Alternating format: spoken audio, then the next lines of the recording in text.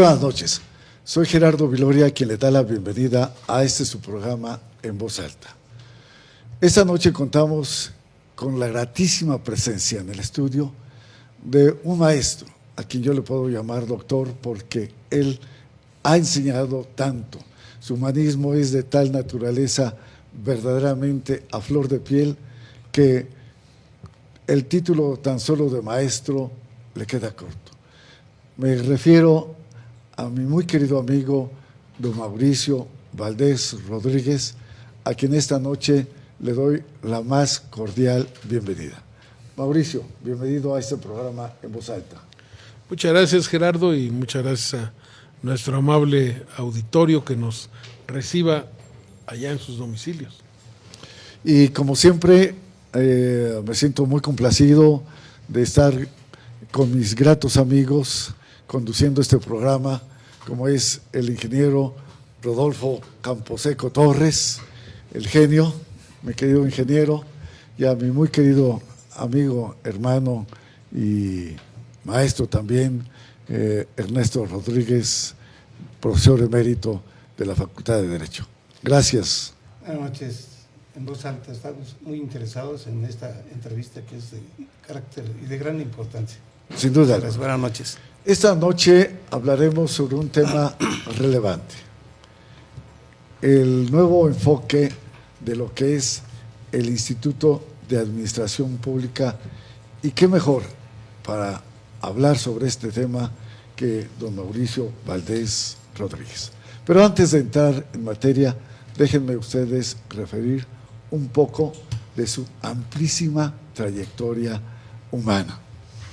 Él es mexiquense, nacido en Texcoco.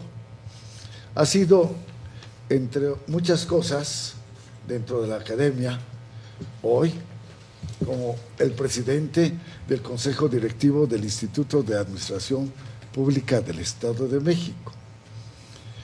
Entre otras cosas también, presidente del Instituto Político Nacional de Administración Pública, presidente de la Federación de Escuelas Particulares del Estado de México.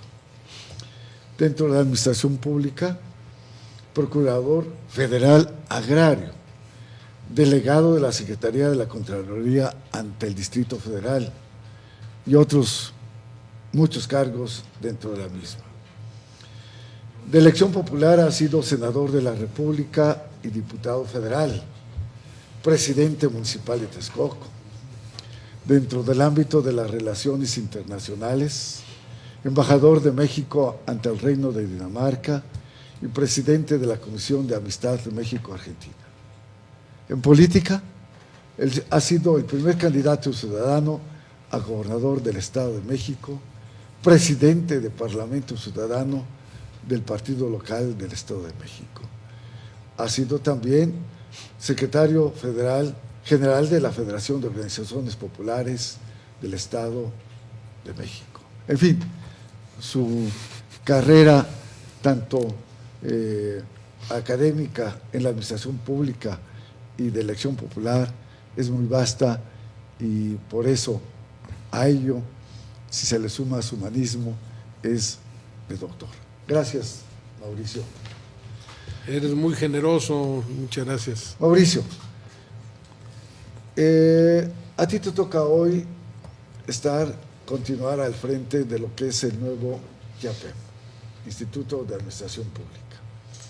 Un instituto que tiene modificación en su ley que le da hoy una nueva categoría como empresa del gobierno estatal.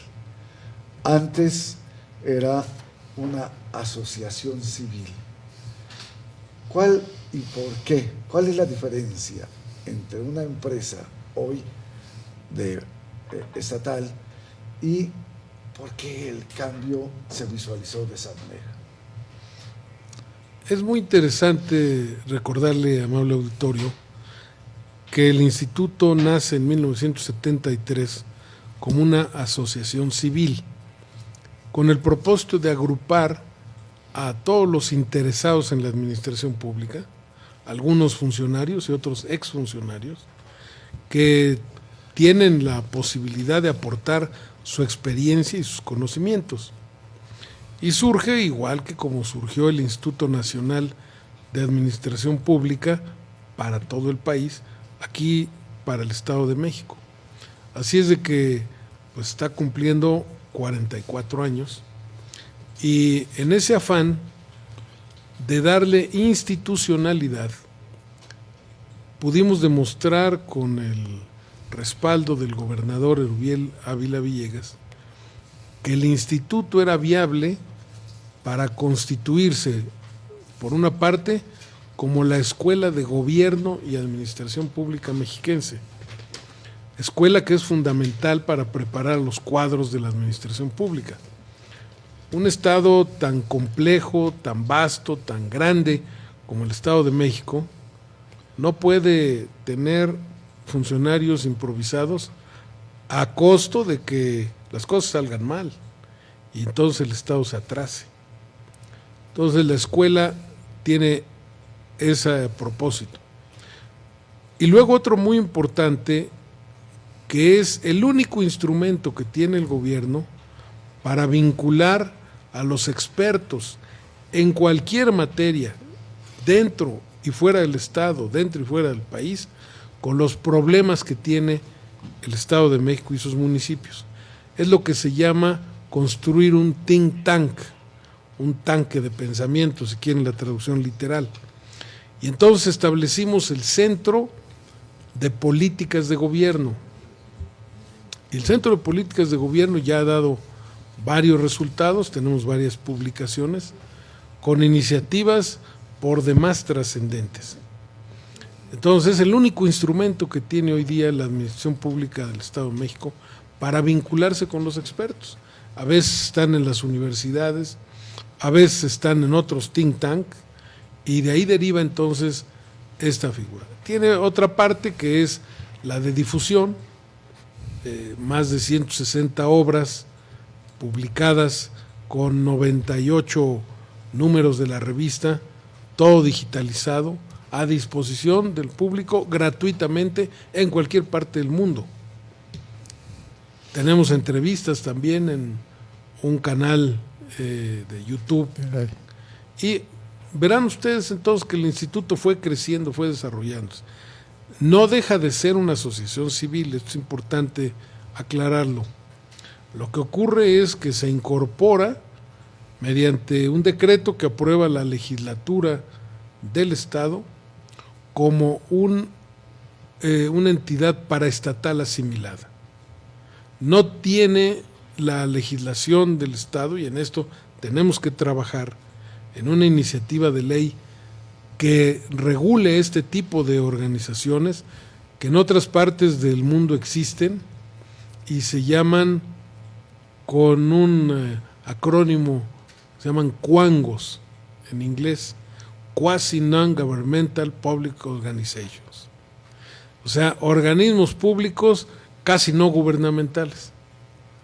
Es una figura extraña para el derecho administrativo mexicano, pero no en otras partes del mundo, sobre todo Estados Unidos, que no quiere comprometer su administración pública directamente y entonces utiliza este tipo de figuras. Este es algo para referirlo a una entidad existente en el gobierno federal como el Centro de Investigación y Docencia Económica, el CIDE. Es exactamente una figura similar. Eso es. Esto, al denominarle empresa mayoritaria asimilada, ustedes tienen ahora en esta nueva figura la oportunidad de generar ingresos para solventar todos los gastos, tanto administrativos como de investigación, como de divulgación, difusión. Sí, en efecto, lo teníamos también, pero la diferencia grande, insisto, es que hoy es una entidad paraestatal como otras muchas que tiene. Sin embargo, en mi opinión, sobreregulada, porque no tiene una figura específica en alguna ley para eso. Requiere de autonomía de gestión, por ejemplo. ¿Por qué? Bueno, pues porque de otra manera los registros y controles para conectarse con expertos de todo el mundo lo hacen muy difícil. Hay que seguir una serie de pasos para todo ello. Y lo mismo para los ingresos, como tú mencionabas. Cómo fijar los precios de los cursos. Para nosotros era muy sencillo como asociación civil establecer según los costos y luego un plus para que con eso se siguieran haciendo más actividades. Hoy tenemos que estar en ese arreglo, pero estamos trabajando una iniciativa de ley que creo que va a ayudar a muchos organismos y a la administración pública del Estado. Voy a recordar nada más un pasaje que es muy sencillo de entender. Dicen que la administración pública se parece mucho a cómo funciona el ser humano. Y el ser humano primero aparece la función y luego el órgano. Entonces tenemos la función de respirar, entonces viene el órgano, viene la nariz, vienen los pulmones, las tráqueas, etcétera. Y así sucede. Entonces aquí tenemos la función y aquí tenemos el órgano. Ahora lo que necesitamos es que ese órgano actúe dentro de la naturaleza que requiere su funcionamiento. Entonces, pero aún a pesar de esta nueva figura, ustedes continuarán con esta área de investigación, con esta área de divulgación, con esta área de difusión también. En efecto, yo invito al auditorio a que pueda acceder a través de las redes sociales y del portal mismo para que conozca diariamente. Estamos actualizando información. Yo diría que somos una institución de vanguardia en la administración pública. Estamos conectados prácticamente con las principales instituciones parecidas al Instituto de Administración Pública en el mundo, no solo en Iberoamérica, que tenemos mucho contacto por razón del idioma, pero también con Estados Unidos, con Canadá y con otros países europeos, con Francia, con el Reino Unido. Entonces vamos al día. Y esto me parece que es muy importante para lo que significa la tecnología en la administración pública, porque los problemas de administración pública son similares en cualquier parte del mundo. Y no necesitamos andar a veces inventando el hilo negro, porque ya existe la solución en otros países. Lo que falta es servirle a la sociedad y a la administración pública de punto de enlace, de puente entre los avances y su aplicación. ¿Querías preguntar algo?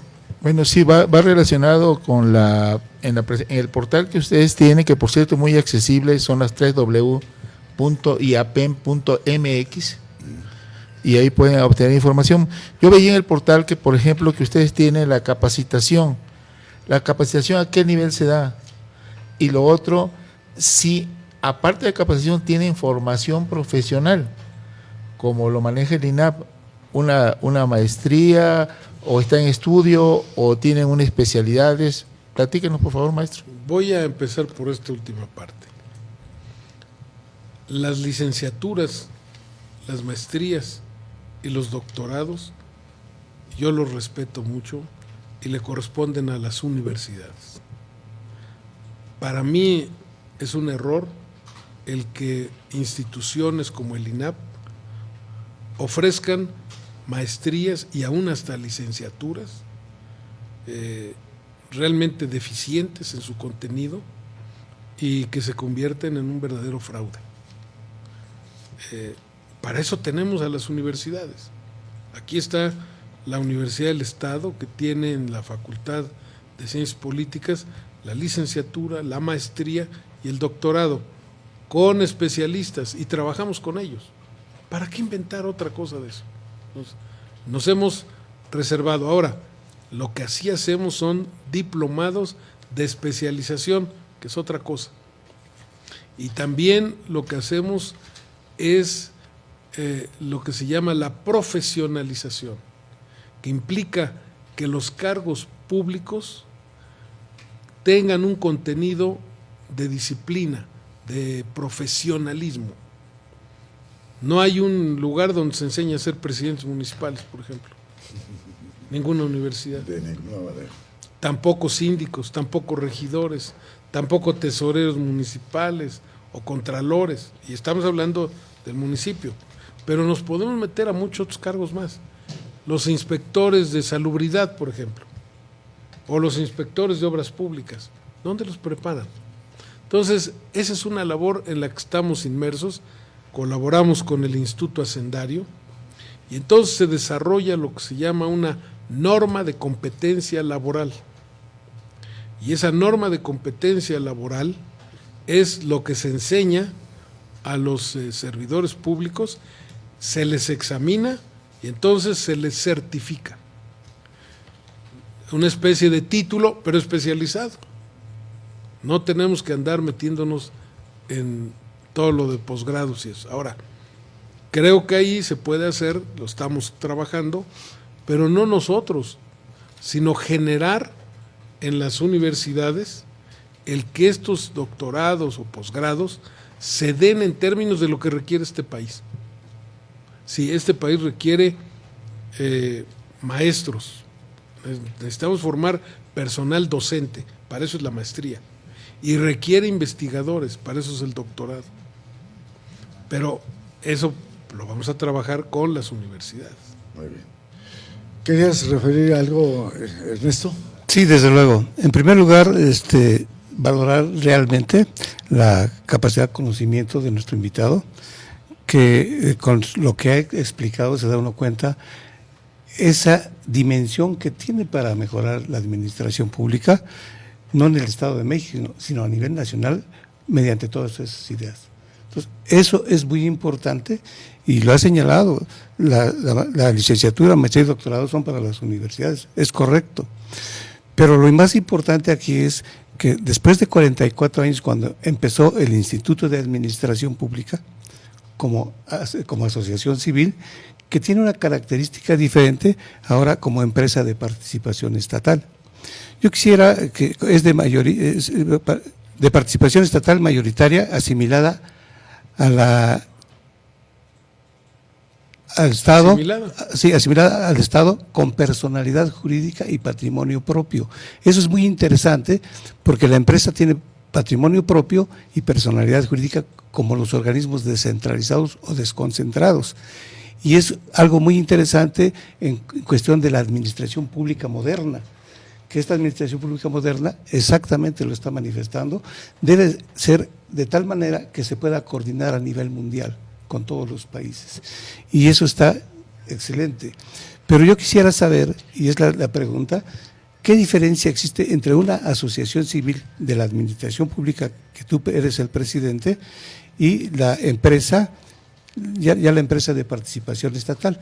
Y específicamente en relación a los estatutos que han sido cambiados también, o han sido actualizados, mejor dicho, desde el 17 de agosto del año pasado.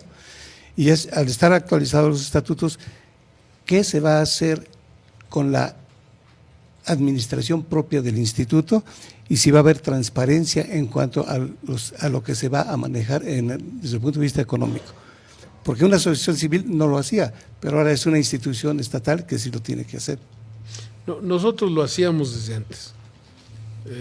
Porque al recibir recursos públicos, por un principio ético, pero además por una obligación de ley de transparencia, había que ofrecerlo.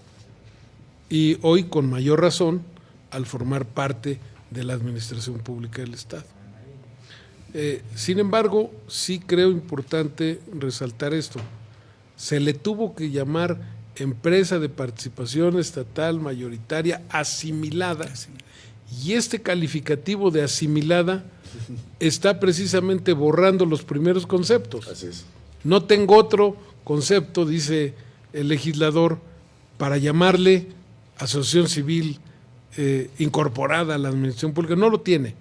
No tenían previsto en las leyes de la administración pública mexiquense esta incorporación, pero había que hacerlo. Entonces, lo que tenemos, por eso decía hace un rato, tenemos que trabajar en una ley específica para esto. porque se requiere de autonomía de gestión. Si ven el decreto, habla de personalidad jurídica propia, de patrimonio propio y también habla de autonomía de gestión. Así es. Hoy día no la tiene porque está sujeta precisamente a todos esos controles de todos los organismos. Y yo creo que además hay una demanda que yo observo en la Administración Pública del Estado de México y en general del país para quitarle la parálisis que tiene la Administración Pública en un afán de combatir la corrupción y de aprovechar los recursos.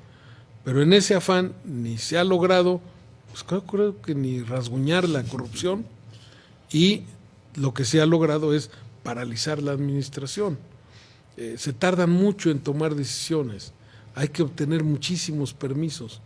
Esto no le sirve a la administración pública, no la ha hecho más eficiente, más eficaz, sino la hace más costosa.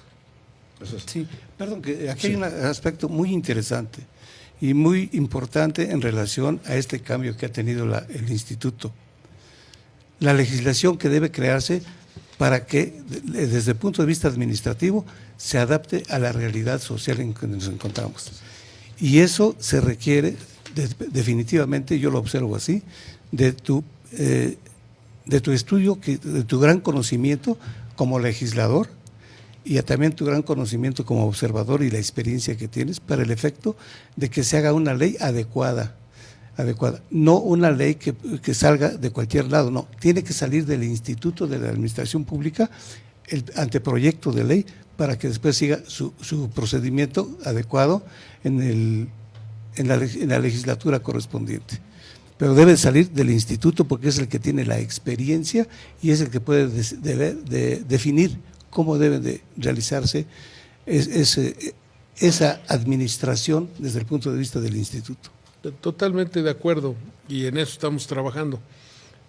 Hay ejemplos ya de cómo se operan estos, ya les digo, en la Administración Pública Federal está el CIDE. Entonces, estamos viendo esta parte, porque creo que ahí tiene que hacerse un equilibrio entre autonomía y control.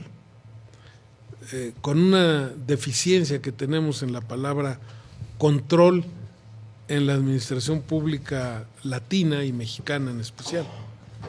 Los anglosajones ven la palabra control desde antes que se realice una acción. Es el marco jurídico que le establece qué debe hacer, qué puede hacer y qué no puede hacer. Es un marco jurídico. Eso es un control. Aquí no lo vemos como control. Aquí solo vemos como control cuando de repente, vean el ejemplo, dice Oficina de Control de Nómina. Y lo único que hacen es verificar que se haya pagado la nómina. Sí. Ese ya no es control, ya se pagó. Si se pagó bien o se pagó mal, es otra cosa.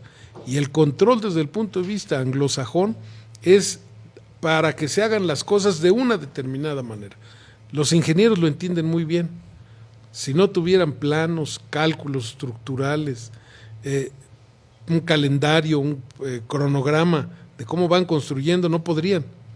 No van a terminar el edificio y ahora sí van a revisar control de la edificación, ¿verdad? Ellos lo entienden muy bien y eso tenemos que aplicarlo en la administración pública mexicana. Claro que sí. En el derecho procesal es precisamente la ley adjetiva la que dice cómo se deben hacer las cosas y cuáles son los requisitos. A eso se refiere el control y estoy de acuerdo, porque las normas existen, pero cómo se deben desarrollar, cómo se deben justificar. Y tiene sus límites, más y menos. Puedes hacer esto, pero esto tampoco no lo puedes hacer. Y es lo importante de la norma adjetiva. ¿Querías referir a algo, Rodolfo? No. Bien. Muy bien la exposición. Ha señalado, mi querido Mauricio, que fundamentalmente han capacitado a muchos servidores públicos, a un número muy amplio de servidores públicos. 80,000. Mi pregunta es la siguiente, y lo he visto además, y por ello la digo. ¿Cómo surge esa idea de lograr no tan solo capacitar, sino premiar a los municipios como ayuntamientos en torno a una importante gestión administrativa que están realizando? Es relativamente sencillo decirlo, muy difícil hacerlo, porque hay que establecer una serie de clasificación, de tipología de los municipios. No podemos poner a competir de la misma manera a Tequisquiac que a Naucalpan, o una zona como Toluca con Tejupilco. Entonces, hemos logrado trabajar una tipología de municipios para que compitan dentro de lo más homogéneo que se pueda. Ahora bien, nosotros capacitamos a servidores públicos desde que surge el instituto prácticamente. Y hoy lo que hemos hecho es transformar esa capacitación en profesionalización. Y esa profesionalización se trata de hacer de cada cargo público una profesión. El origen de nuestros males, está demostrado, es la ignorancia. Nos cuesta más una decisión tomada por un ignorante que le va a causar daño a la población en muchos años y a dilapidar el dinero que el que se lo roba. Ambos hay que correrlos, pero el que no sabe tomar decisiones, el que es torpe, que ignora, y luego lo peor, que es tan soberbio que no se deja ayudar, pues entonces caemos en lo que yo le llamo el dictador de escritorio. Ese dictador de escritorio que nos echa a perder, pues porque hay que trabajar en términos de mejorar la aptitud, pero también la actitud, muy importante. Con esa visión del Instituto de Administración Pública, me llamó mucho la atención lo del control, que ya se vio. ¿Consideras tú que con el control se podrá reducir la corrupción en las instituciones públicas? Reducir, sí, porque la corrupción es como la basura. Todos los días va a caer, todos los días. Pero si dejamos de barrer, se acumula y entonces nos hace daño. Entonces la corrupción es igual, hay que combatirla, pero para mi gusto hay que combatirla a partir de la selección de los servidores públicos, que deben tener vocación de servicio. O sea, la profesionalización de lo que estás llamando. A partir de la vocación. Sí. Luego tenemos muchos que andan buscando, ahorita andamos en campaña y lo podemos ver, muchos andan ahí queriendo ser el cargo, queriéndole servir al país y a su estado y a sus municipios, pero a la hora que entran, ¿qué es lo que tenemos? Pues municipios que nos demuestran que no tenían vocación de servicio, sino vocación de pillos. Así es. Confunden lo que es la vocación de servicio con la vocación de servirse ellos. Pero esto también, y tú lo debes de haber experimentado cuando has sido diputado y senador, es decir, muchos llegan a esos cargos sin la más mínima idea de lo que es un proceso legislativo o qué es legislar, ¿no es así? Es correcto, por eso hay que formar, hay que dar capacitación. Yo no te diría que todos tengan la licenciatura en ciencias políticas y administración pública, pero vean ustedes a Trump. Un año lleva y vean la cantidad de errores que ha cometido. Así es. Un hombre que es inmensamente rico, exitoso en los negocios, pero que no tiene ni idea de lo que es la Constitución de los Estados Unidos y no tiene idea de lo que es el marco legal en que se rige su gobierno. Y entonces por eso cae en contradicciones.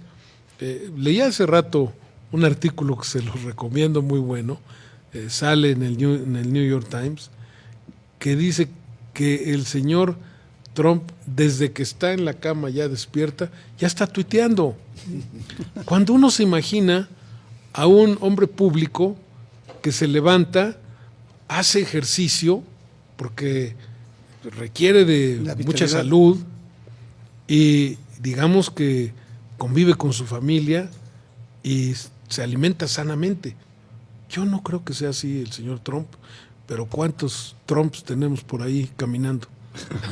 Y algunos en precampaña. Y unos en precampaña. Sí, Yo exactamente. sí quisiera Estamos ya en tiempo, nada más queridísimo Armando. quedar concretamente en esto. La certificación que haga el Instituto de Administración Pública en el Estado de México es la que va a fortalecer el trabajo en las instituciones. Sin lugar a Es una duda. opinión. Correcto. ¿Concluyes con algo? ¿Algo con que quieras enviar de mensaje a nuestro teleauditorio, Mauricio? Un mensaje muy sencillo. El derecho de todo ciudadano es a tener una buena administración pública. Totalmente de acuerdo. Es un derecho que poco se exige, pero que es indispensable que los ciudadanos exijamos. No nos debemos conformar con administración pública mediocre, ni de pillos. Muy bien. De acuerdo. Sí. Bueno, pues a nuestro teleauditorio, ustedes han escuchado a mi querido amigo, maestro, doctor Mauricio Valdés, quien ha concluido en que debemos fundamentalmente estar exigiendo para beneficio de nuestro país una buena administración pública. Mauricio, aprecio mucho la fineza que has tenido con nosotros esta noche de acompañarnos en este programa en voz alta. A ustedes, como siempre, mi agradecimiento, Ernesto y mi querido Rodolfo. Muchas gracias. Y sin duda, obviamente, a nuestro teleauditorio que nos da el privilegio de acompañarnos martes y jueves en este su programa en voz alta. Muchísimas gracias. Y bueno.